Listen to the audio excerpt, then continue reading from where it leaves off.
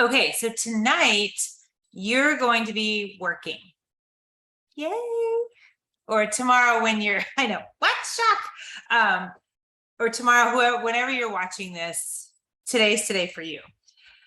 I am a results-oriented person. One of the things that I will be sharing about as time goes on, I'm not equipped right now to share, but about personalities. And the one personality, I'll just use my word test, because whatever, I guess we kind of align with that.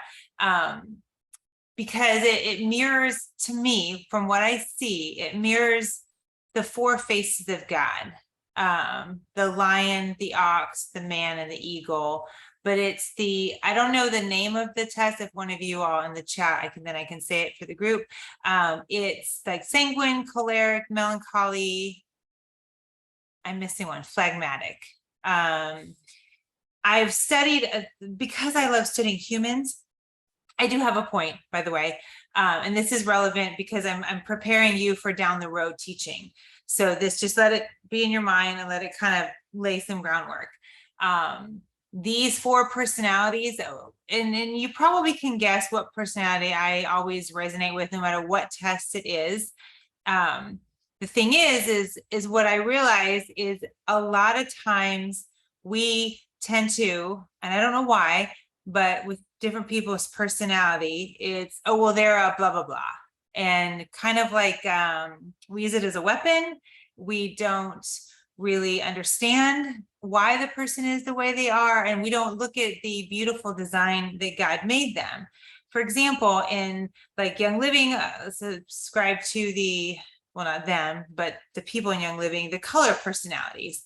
So I would always go, depending on the group I was with, either red, blue, or blue, red. Super fun, really bold, pretty whatever, strong in my personality. And this thing I'm talking about, it's choleric. It's all of that. It's driven. It's all this. And why I want to share that with you as far as understanding personality types is it is your design. This has a lot to do with our emotional health. When you understand who you were designed to be, and not have your personality used as a weapon or a crutch, either way, but really sit in it and say, this is who God made me to be. Then you can begin to heal from the things that were put on you, spoken over you, that had to do with your personality, but it rubbed somebody else the wrong way. It becomes a mirror many times to somebody. For example, if I'm with someone who is, let's say, more phlegmatic, I have a couple children like that. They tend, thank you, the four temperament theory. Thank you, Sherry. They tend to be, phlegmatics tend to be a little bit more thoughtful, meaning they take a little longer to process.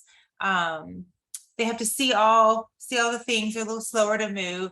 So when I'm with someone like that, they see me as like too rushy, too quick to respond, maybe like I don't think things through, because it makes them uncomfortable, if that makes sense. But if we can start to see each other and say, oh, well, they're thinking of, it takes them a little more time to process than it does me, we can appreciate that about one another and then move forward. So I'm just laying the groundwork for you guys so that down the road, when we speak about different personality types from the standpoint of, hey, know your personality. Has your personality type ever been criticized, put down? Have you ever been told to do something, shape up? Constructive criticism, I'll use my air quotes. Just show of hands, who super loves constructive criticism? To me, I like how no one raised their hand. Good, I'm with good company. The very word constructive criticism is horrible. That anybody thinks that is a good thing is really out of their mind. Bosses use this all the time. And to me, I would think, as someone who likes to train people, and I trained assistants for a long time when I was in the hair industry, my bosses would say, well, it's constructive criticism. I'm like, no, we need to see these people for who they are and work within the way that they're naturally bent. Now, if you need to learn how to pick up trash, okay, well, that's not constructive criticism. That's just like straight up human good behavior.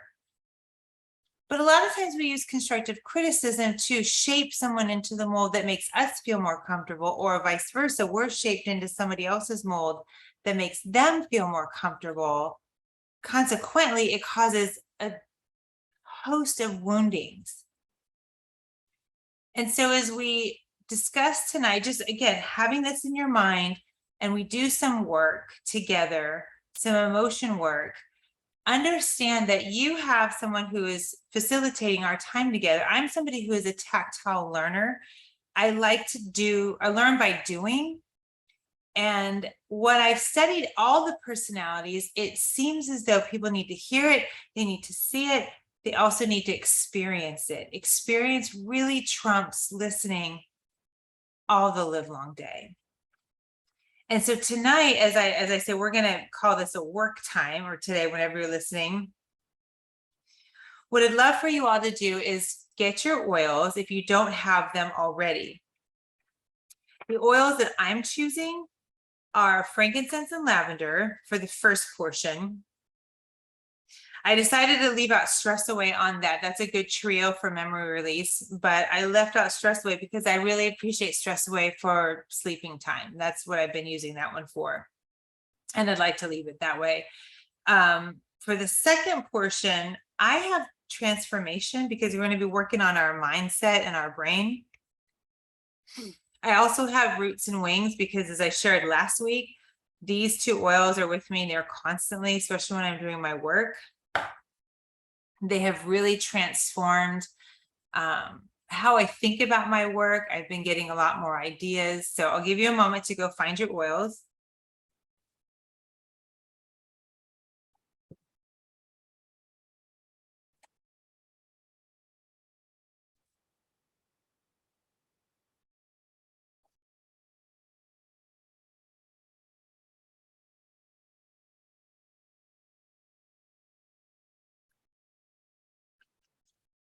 Let's see.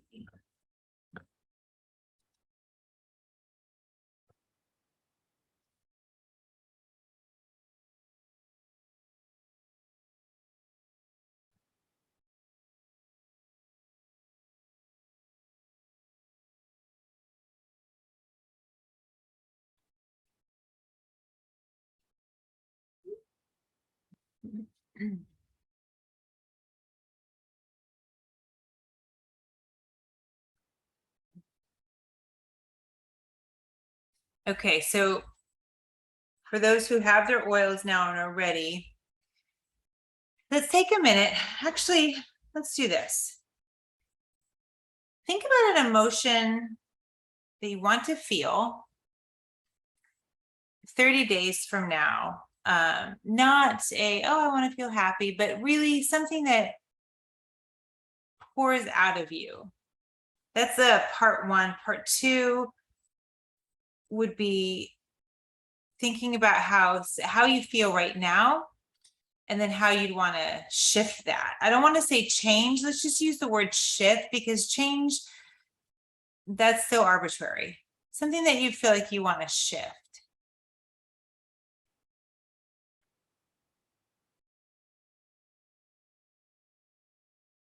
Thinking through emotions that would be more permanent. Something like joy, peace, happy. Again, that's a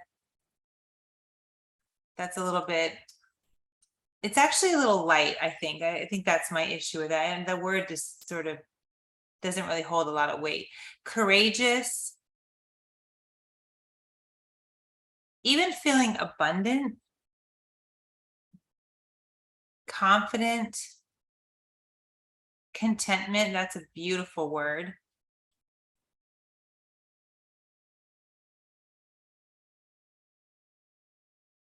Filled with hope.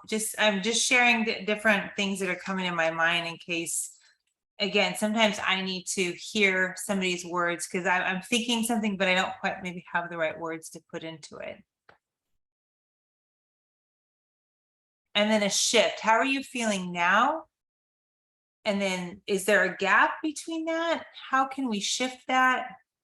Not necessarily the steps, we'll get to that in a bit, but just have that thinking in your mind. And when you have that feeling, what you want to be experiencing, what you want pouring out of you within 30 days, can you attach and write a scripture, a words of affirmation, something to affirm that? I said scripture, it's what that's my first go-to, whatever is working for you to start sealing that in your mind. So you have the emotion. So we're basically right now, we're doing a little bit of, emotion goal setting. And we'll be walking through some breathing practice. I don't believe we've done that yet, walking through some good time of quieting ourselves down, breathing through it. And then we're going to deal with anything that is going to keep us from experiencing that emotion and then pouring out that emotion within 30 days. I use 30 days because it's the end of the summer. We'll be finishing up this summer prep group.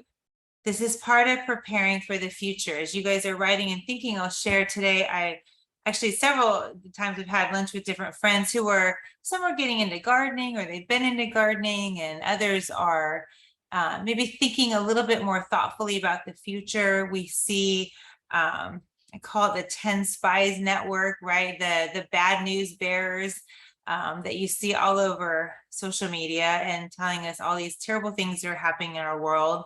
And it's interesting to me because there's very few people sharing good news, even those of us who have good news. So with that, I find that it's in order to overcome that and become somebody who is a good news bearer and sharing the message of good news, we find ourselves thinking about the future and thinking, okay, well, how can I start growing my own food?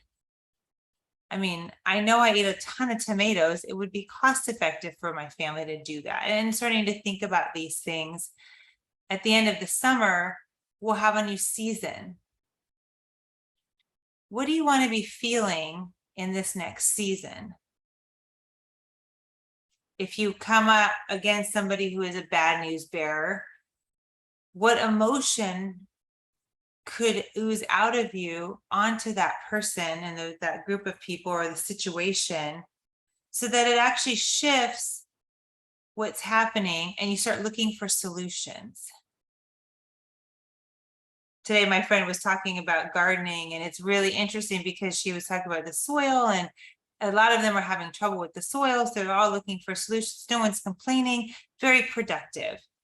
One of the things she shared, and this, I think it's relevant for somebody in here. She started following a man not following a man, that sounded really weird. Watching someone on YouTube. Why do we use the word following? That used to mean something creepy back in the 80s, right? And if I'm dating myself, like, you don't want to follow anybody. Now it's like, oh, I have 3,000 followers. Okay, I'm sorry, that was a tangent. Anyway, she started watching this gentleman on YouTube, does regenerative gardening, and he was having a struggle with the soil up in the Northwest, and he was praying about the situation, and he was walking in the woods, and he looked down at the soil, and like God caused him to look down. He was like, and the Lord said, what do you see? He says, well, I see leaves, I see pine needles, I see mushrooms. And the Lord spoke to him and said, exactly. Everybody's tilling the ground, ruining the soil, breaking up the microbiomes, and all this like garden speak. And what he was showing him was that it's just layer upon layer and upon layer. Just being out in creation, he found his answer. It's amazing. You don't till the soil to get good soil. You just let it rest on top of each other. It was really interesting. All that to say is, when you start asking pointed questions, this has to do with us tonight, you're going to get your answer. And many times the very thing the thing we were doing, whatever is in front of us, is actually not the right thing for us right now. And it might actually be causing something negative in our life when that wasn't our intent in the first place. In the example of gardening, we think, well, tilling the soil, don't you have to stir it up and do it? No. Once you do that, you start releasing things that you work so hard to keep in. See, I learned so much about gardening in an hour's worth of lunch today. When you take out the roots of something, again, you've just pulled out everything that you caused to grow. In the case of our emotions, some of us have run to false refuges thinking this is what I need right now. But a false refuge is just that. It's false. It's not helpful.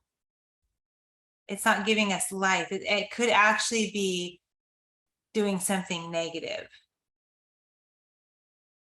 So tonight we'll have an awareness of what's going on and what do we need to shift, if anything.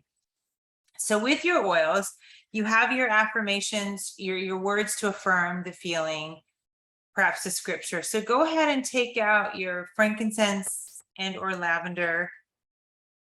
We're going to do some breath work. For those of you who walked through that season of Essentially Free with me, we had Maribel beautifully teach us how to breathe, which still makes me giggle that we had to have Maribel come in and teach us all how to breathe. You'll remember that there is an actual position. So this is different than our time when we're being triggered, when we need to just stop and pause so we can think and collect our thoughts. This is an actual focused time of breathing. Now, hear me well. When you are doing any kind of emotion work, like really getting to the nitty gritty of what is happening in your body and in your soul and your spirit, you want to take some focused time of breathing, which is what we're going to do tonight. What this does is it quiets your heart, it quiets your mind, and it slows everything in your body down. It's a physical experience and then an emotional experience, and it allows your spirit to come forward and listen. And your soul is the one that's like, yeah, it's getting all upset or needing this or that. And you're stop, just be quiet for a sec. So we take some time and we breathe. It's almost like if you've had children, and we've all seen children, if we don't have children, you see, and they start flipping out and you just like put your finger to it, like, shh, hey, shh, it's okay. Or you take them, their little face in your hands, and you with your voice just quiet them down. This is what we're doing to ourselves.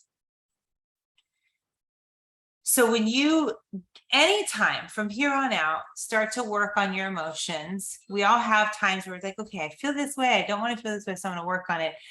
I encourage you to put this portion into your practice, this breathing time. So if you're in a place, if you're listening to this later and you're driving, just hit pause, listen later. This is so important for you to get. But for those of you who are listening now and you're at home, get in a position where you can relax, but keep your feet on the floor. This is a form of grounding. This is a really great practice too to do outside. For those of us in Texas, let's give ourselves about 30 to 40 days. I feel like the sun is being really hateful right now, and I'm not sure what its problem is, but in any case, maybe outside or morning, early morning, we can do that. Around about 2 a.m. That's a good time. But sitting, if you're going to do it outside, it's great because you can sit on the ground. And then you can be really rooted to that frequency, which we'll talk about frequencies at a later point. But if you're in the house, feet on the ground so that you're nice and firm, very even, very balanced. And just settle in and take your oils, whichever you choose. Like I say, I'm going with lavender and frankincense tonight.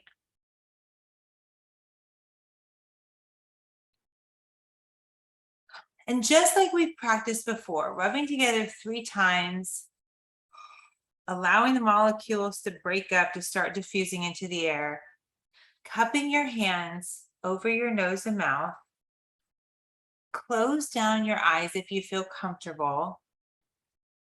You guys can put your, turn off your screen if you don't want to feel like I'm staring at you. I'm really not. I'm just saying whatever's comfortable for you, and just take a couple good breaths. We'll count in a minute, but feet on the floor. Let's breathe in together.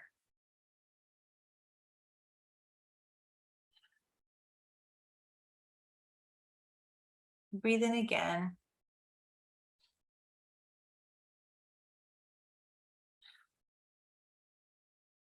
And now breathe in one more time.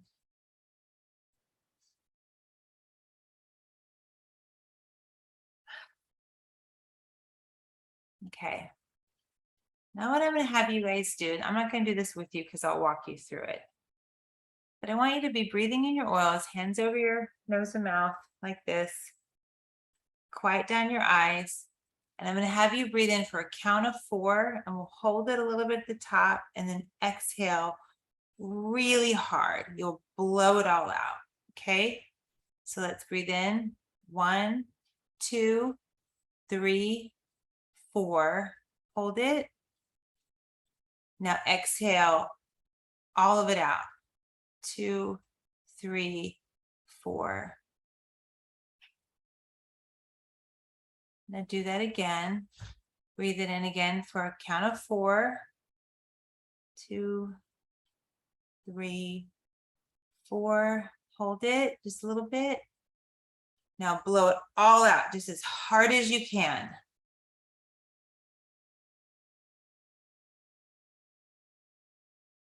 Okay, take just a regular breath. Maybe take a sip of water. All right, let's breathe one more time. Breathe it in. 2, 3, 4. Hold it. And now exhale everything out as hard as you can. Good. Take a minute now and just jot down thoughts that have come up as you've been breathing. Feelings that you have in your body, relaxed, calm, quieted, whatever the feelings are. Make a couple notes to yourself and remember that.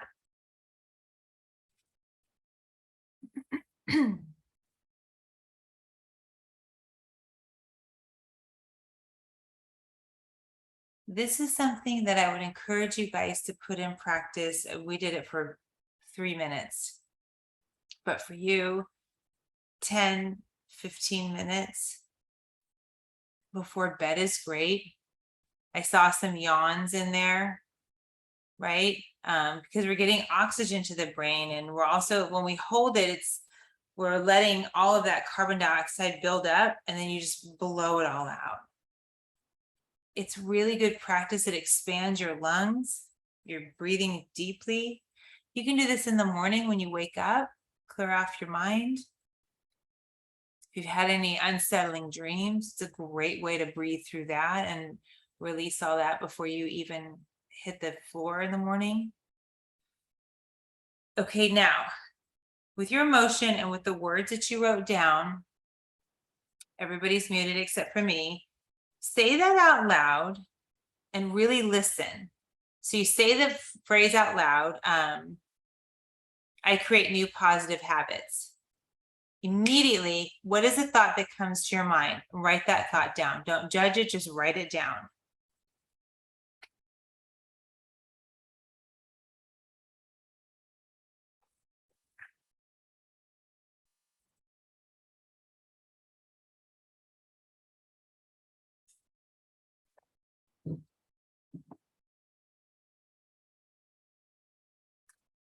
When you said it out loud and the thing that you wrote down, the thought that came to your mind, was it telling you, yes, you could? Was it reaffirming what you wanted to have happen? Or was there a negative thought? If there's anybody that had a negative thought, would you let me know in the chat so I know whether or not to move on from here?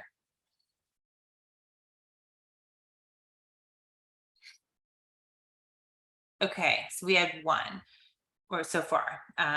Thank you, Stephanie. So we'll go ahead and work with that. So if it was a negative thought, something that was telling you no, then we need to deal with that before we can move on. And this is important. If all the rest of you had a positive thought, this is good, because at some point you may have something that there's a voice in your head saying, no.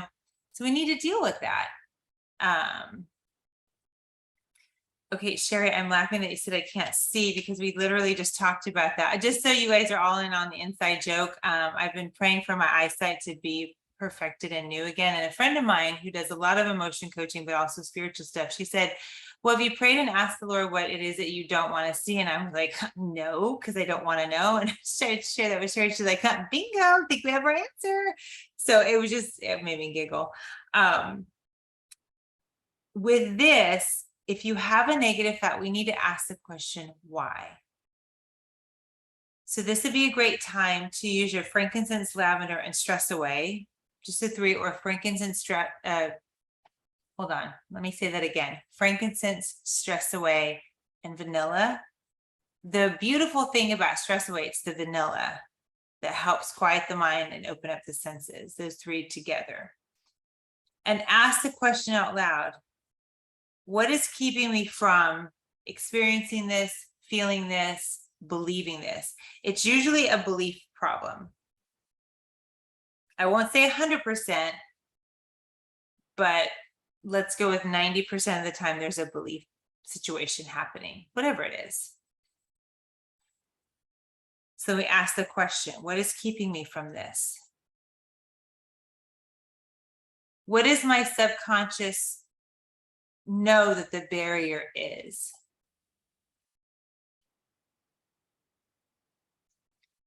So here's another question to ask. This is along the same vein of why I'm sharing this, is the personalities, is to prep your soil. But ask, because your body, soul, spirit will tell you, is this my thought? Is this generational? Belief is greater than I will risk. When we ask the question, is this my thought? Is this generational? The first thought that comes to mind is truth. You may not understand anything about generational anything. I'm not saying that you don't. I'm just saying that this could be your experience. It doesn't matter. Your body, soul, and spirit know all about it. Your mind and your brain might go, what? I don't know what is all this? But everybody else, they get it. What's important to know is if this isn't your actual thought, like if I'm talking to me, if it's not the thought of Jen Weir, then, and it's generational, then I can go, okay, so this could be something my mom dealt with, my father, my grandma, whatever. Because remember, just as our brown eyes and blonde hair, our red hair and green eyes, that was encoded in our DNA. So are the belief systems that we have, our loves, our hates, our joys, our fears, all of that, to some extent, is passed down.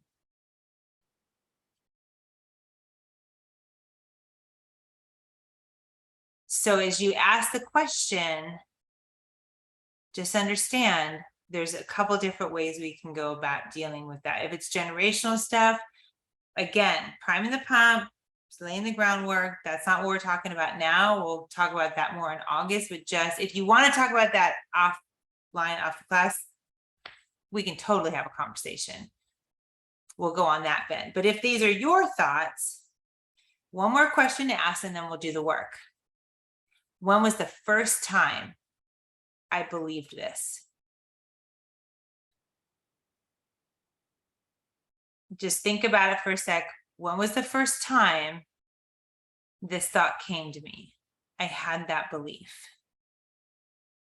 I'll share mine with you just so you guys know where I'm coming from. When I very first was introduced to AFT, my friend Jolyn, she got certified. She was hosting an AFT thing for like this with her group, and she said, just come on, I think you'll really like it. So I was on there and I had a goal with Young Living, and I said the goal, and she said, okay, the first thought that comes to your mind is going to tell you why you don't believe it. And so I set the goal, like I want to hit this rank in Young Living. And the first thought that came up to me was, good things don't happen to people like you. And I was like, what the heck is that? What? That's not what I believe. but it was. And it was my belief and my mom's and my grandma's and I'm like, oh my gosh, this is ridiculous. So it was mine and theirs. Like, talk about your baggage. But for me, I asked a question, when is this the first time this popped in? What was when my son got cancer? It was like that sealed the deal for the generational belief that was trying to lock in. Because up until that point, the world was my oyster in my mind. I hope that makes sense. It might speak to somebody in here where you're like, well, I don't want to believe this. And sometimes these generational things it's almost like, epigenetics, where like certain diseases want to turn on in your body. And then if you eat the right foods to turn it on, it turns on. It's kind of like that. Like if you have the right experience, all these negative things might flip on in your brain. Conversely, if you deal with it, anyway, I feel like I've maybe said a little too much there, a little too intense, but you get the idea. So we deal with it. Sherry, you had a time. Perfect. So I grab transformation. If you don't have transformation, lemon is great. Thieves and digis, amazing. I think somebody may have said something about digis in the chat. Oh, add digis to the soil. Please hold. That's an after class discussion. I'm going to write that now.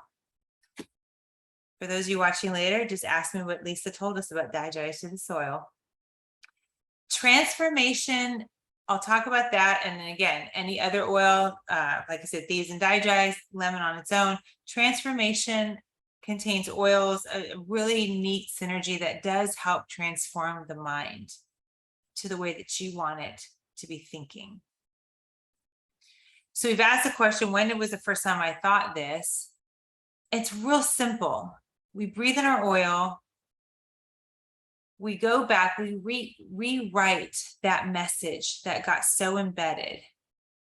Go back in time in your mind and start moving forward, and picture as you're breathing your oil, just a giant eraser on a dry erase board, erasing all those times, those thoughts, where it got embedded. Speak to those times.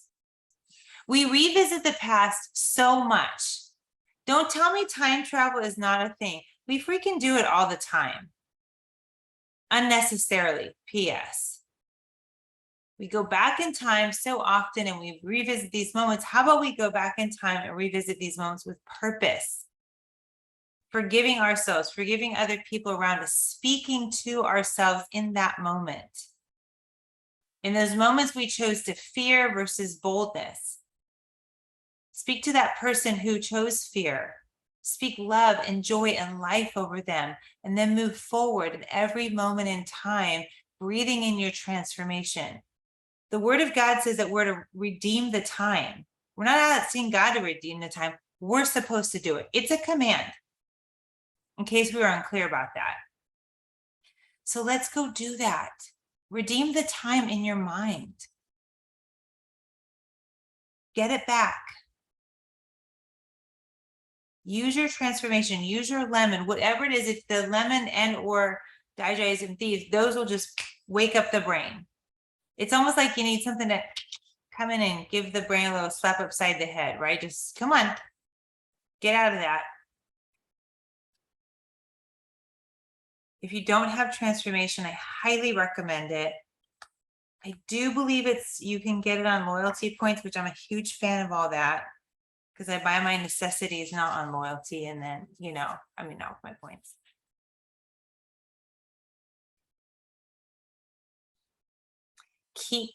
Excuse me, that was a bit extra transformation. Keep breathing in your oil until you feel a shift. For 7 years of teaching emotions, I have looked for a word other than feeling a shift to explain. I don't have one. But what I can tell you is you'll know when you know that it's shifted and altered in your mind. It may not happen right this minute. It may not happen in the next 5 minutes.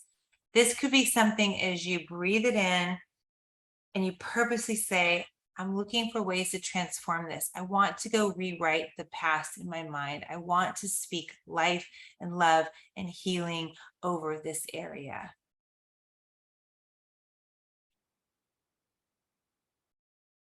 There are times in our lives, ladies, that have probably by all rights could have taken us out emotionally, spiritually, and if not quite physically.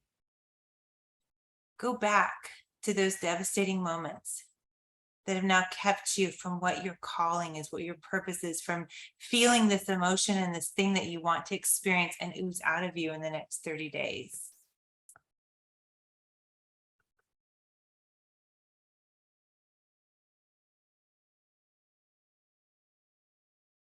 That is awesome, Sarah. I love that. Wow. And Sherry, I love that. I choose with my will to release fear from my soul. You guys can tell Sherry has been at the writing affirmations work for us some time now. Some of us have grown up, and I say grown up not in a like, oh, we're better, we're older, but I had to grow up past the I am confident and put words, giving my brain specific things, specific tools. I choose with my will, right, to release fear from my soul, like very specific. Saying I am confident is fantastic and beautiful. And I encourage you guys to add more words so that you can tell your body, your mind, your soul a story, a true story. As you do that and you breathe in your oils and you start to rewrite and redeem, ask now, and now being at the time when you feel like, okay, I've dealt with that, the memory is erased, to Sarah's point, we're done with that, we've moved forward.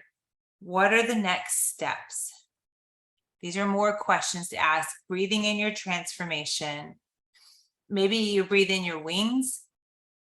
If that's an oil that you have, it's this little duo has become my favorite. I feel like it's going to be my new trauma life.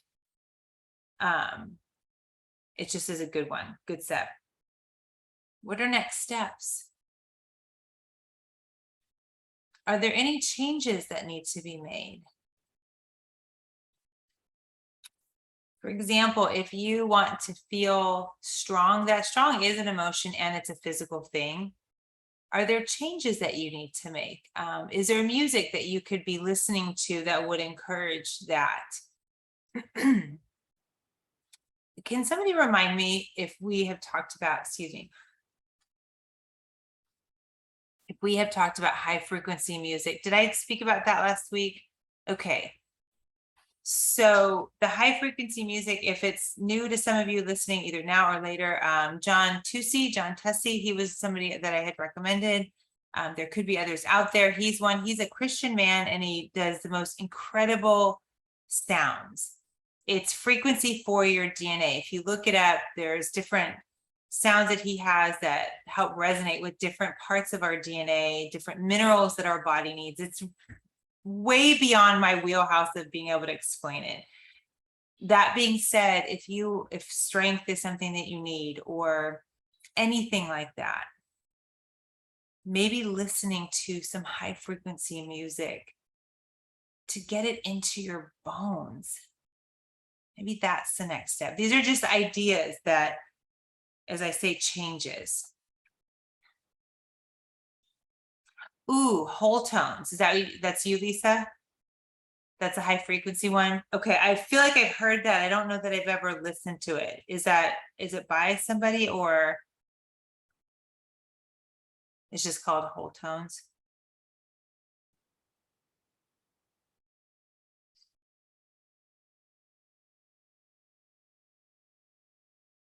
Okay, look up whole tones. Yeah. Oh, YouTube has a lot. Okay, perfect.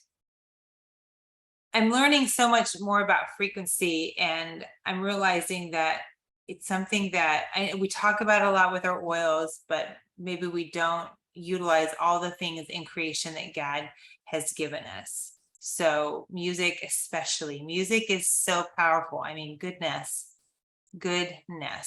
So we might as well use it to benefit us. Oils, music, words. This is the last thing we'll chat about this evening, then I'd love to open it up to questions, but our words. when you look at your affirmation, when you look at maybe what if anything, what stopped it, what blocked it, if the first time you ever felt it, did you speak words that sealed the deal, that kept you from experiencing that, from having that, from believing that? Our words, we talked about this last week, we'll talk about it again and again. Our words carry weight. Frequency doesn't lie. I know this is none of you, so we're going to talk about somebody arbitrary, somebody that we don't even know. But if you, that person, is really angry just inside, but you try to speak anything, any kind of words of healing, the frequency doesn't lie what's inside. You have to speak those words to yourself first before you can put them out on somebody else. If I'm an angry person or I'm a bitter person, you guys are going to feel it. I can teach you all the live long day about positivity and emotions, but if I'm not doing it myself, you will notice it. So I have to speak that to me first and make sure that it's resonating here, and then I can speak it out. Going back to let's just use like a physical, tangible goal, whether it's a business goal or an actual physical goal, shaping your physique or eating different or whatever it is. We have to start inside. Then we can do the outside work. With our families, with relationships, with friends, all of that. I'm in the middle of a series in my oil group, which I think all of you are in at this point, which makes me giggle. Like I just added anybody who takes my, y'all want to come in? It's a big party in there. So you guys know, so I'll just say it like that. The fruit to root, getting to the root of conditions. And one of the things that keeps popping in at least in my mind, and as I write, and I spoke about this on my regular main page about allergies. Thank you, Lisa. You're so sweet to say. It's fun for me to do it. But I'm astounded at how many people claim disease. And I know you guys all know that. I mean, you're here. It's like I'm preaching to the choir, but just really be mindful. Speak out what you want. If you use the words my this, and it's a negative, I don't even want to say, right? There's kids that I know that are my children's age. I'll say this, and then because I know it's not mine, but my anxiety, my stress. I'm like, could we stop calling it yours? It's not a pet. It's not an appendage. It's going to become that if you aren't careful. And then you have a situation where everybody has a condition now. I'll use everybody. And it's actually kind of cool in our culture to have a situation, a condition, right? I don't know if you guys have ever been around anybody. It's, well, I have ADD or all these things. And it's like a blame thing, right? You don't have to pay attention because now you got the ADD. And so just be really super mindful of your own words. I know we wouldn't say that in here. We're obviously very aware, but I'm astounded how many times I start to think something and I'm like, oh, that's negative. Okay, I don't want to know. That's not life-giving. That's not how I want to think about it. Yeah, you don't accept it 100%, Lisa. No, it's not yours. Absolutely. Absolutely. And again, so I love that, because if enough of us start saying, I don't accept that, you guys, even when my husband was diagnosed with cancer, I'm like, I'm so sorry. I'm not accepting that.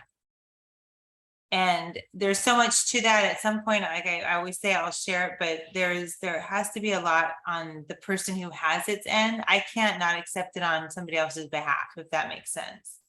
But I wasn't going to accept it. Heck no. Sorry. I'm giggling. The einkorn treats, those are really yummy.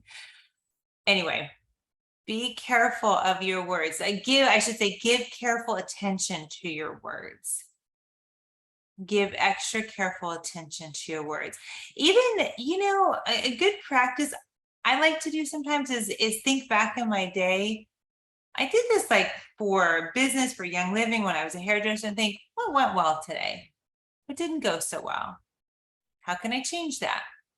And just sort of ruminate in my mind, not in a negative way, just thinking about how I can adjust, how I can shift, how I can grow. That may be a practice you put in with your words. What did I speak well today? What didn't I speak well? Did I complain? It's real easy to just repent right then and say, I'm sorry, that was not my best. That was not God's best for my mouth. I'm going to choose different tomorrow. And choose different. So easy. Okay, do we have any questions that you guys want recorded for all to hear? When I put that caveat, everyone's like, nope, not at all.